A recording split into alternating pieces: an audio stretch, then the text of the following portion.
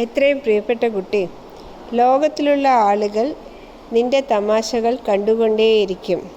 ആളുകൾ നിന്റെ സ്വന്തമാണെന്ന് നിന്നെ കാണിച്ചുകൊണ്ടേയിരിക്കും. എന്നാൽ നിനക്കൊരു വിഷമ സമയം വരുമ്പോൾ നിന്നെ സഹായിക്കുന്നത് ആരാണോ അവരാണ് നിന്റെ യഥാർത്ഥ സുഹൃത്ത്. അങ്ങനെയുള്ള ആളുകൾക്ക് ജീവിതത്തിൽ നീ സ്ഥാനം കൊടുക്കണം.